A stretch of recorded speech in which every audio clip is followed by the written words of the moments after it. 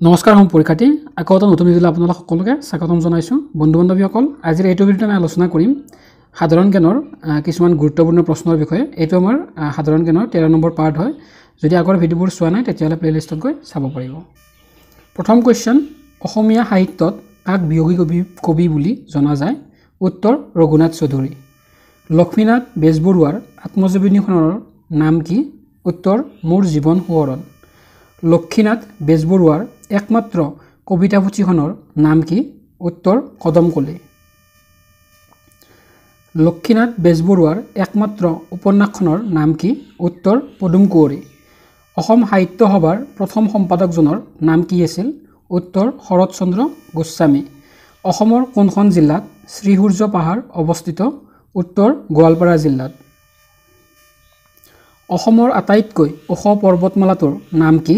উত্তৰ বৰাইল পৰ্বত অসমত মুঠ কেইখন বিশ্ব ঐতিহ্য ক্ষেত্ৰ আছে উত্তৰ দুখন অসমীয়া সাহিত্যত কাক ভাঙনি কোৱাৰ বুলি জনা যায়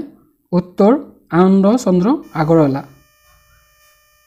অসমীয়া সাহিত্যত কাক উপন্যাস সম্ৰাট বুলি জনা যায় উত্তৰ ৰজনীকান্ত বৰদলৈ অসমৰ কোনখন চহৰক তৈলনগৰী হিচাপে জনা যায় উত্তৰ হৈছে ডিব্ৰুগড় অসমৰ প্ৰথম মহিলা মুখ্যমন্ত্ৰীগৰাকীৰ নাম কি উত্তৰ আনোৱাৰা তাইমুৰ অসমৰ জাতীয় পক্ষী কি উত্তৰ দেওহা অসমীয়া গদ্য সাহিত্যৰ জনক বুলি কাক জনা যায় অসমীয়া গদ্য সাহিত্যৰ জনক বুলি ভট্টদেৱক জনা যায় ভট্টদেৱৰ সম্পূৰ্ণ নাম কি এইটো কোৱেশ্চন আগতেও কেইবাৰমান আহিছে পৰীক্ষাত ভট্টদেৱৰ সম্পূৰ্ণ নামটো হৈছে বৈকুণ্ঠনাথ ভগৱত ভট্টাচাৰ্য কিমান চনত আসাম এছ'চিয়েশ্যন গঠন হৈছিল উত্তৰ 1903 চনত আসাম এছ'চিয়েশ্যন গঠন হৈছিল আসাম এছ'চিয়েশ্যনৰ প্ৰথম সভাপতি কোন আছিল উত্তৰ ৰাজা প্ৰভাত চন্দ্ৰ বৰুৱা এছিয়াৰ প্ৰথম তেল শোধনাগাৰ তোৰ নাম কি উত্তৰ হৈছে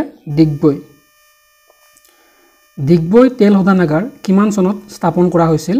উত্তৰ 1901 চনত ডিগবৈ তেল শোধনাগাৰটো অসমৰ কোনখন জিলাত অৱস্থিত উত্তৰ তিনিচুকীয়া জিলাত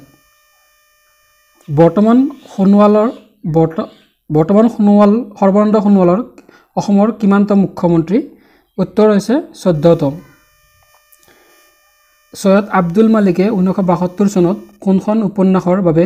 সাহিত্য একাডেমী বঁটা লাভ কৰিছিল উত্তৰ অঘৰী আত্মাৰ কাহিনী অসমৰ কাক লুইত কোঁৱৰ বুলি জনা যায় উত্তৰ ৰুদ্ৰ বৰুৱা 2017 চনত কোনে অসমীয়া ভাষাত সাহিত্য একাডেমী বঁটা লাভ কৰিছিল উত্তৰ জয়ন্ত মাধৱ বৰা চুতীয়া ৰাজ্যৰ প্ৰতিষ্ঠা কোনে কৰিছিল উত্তৰ বীৰপাল অৰ্জুন বঁটা লাভ কৰা প্ৰথম অসমীয়াগৰাকীৰ নাম কি উত্তৰ ভোগেশ্বৰ বৰুৱা ফখৰুদ্দিন আলি আহমেদ ভাৰতবৰ্ষৰ কিমানতম ৰাষ্ট্ৰপতি আছিল উত্তৰ 5তম পঞ্চমতম ৰাষ্ট্ৰপতি হিচাপে ফখৰুদ্দিন আলি আহমেদে ভাৰতৰ ৰাষ্ট্ৰপতি আছিলে তাৰ পিছৰ প্ৰশ্ন কিমান চনত গোপীনাথ বৰদলৈক ভাৰত ৰত্ন বঁটাৰে সন্মানিত কৰা হৈছিল উত্তৰ 1999 চনত অসমৰ পৰা কোনে প্ৰথমে ভাৰতবৰ্ষৰ নিৰ্বাচনী আয়ুক্ত ৰূপে নিযুক্তি লাভ কৰিছিল উত্তৰ হৰিশংকৰ ব্ৰহ্ম আজিৰ ভিডিঅ'টোৰ শেষৰটো কোৱেশ্চন অসমৰ কাক লায়ন মেন অফ আসাম বুলি কোৱা হয় উত্তৰ ৰাধা গোবিন্দ বৰুৱা তো আজিৰ ভিডিঅ'ৰ ইমানখিনিয়ে ধন্যবাদ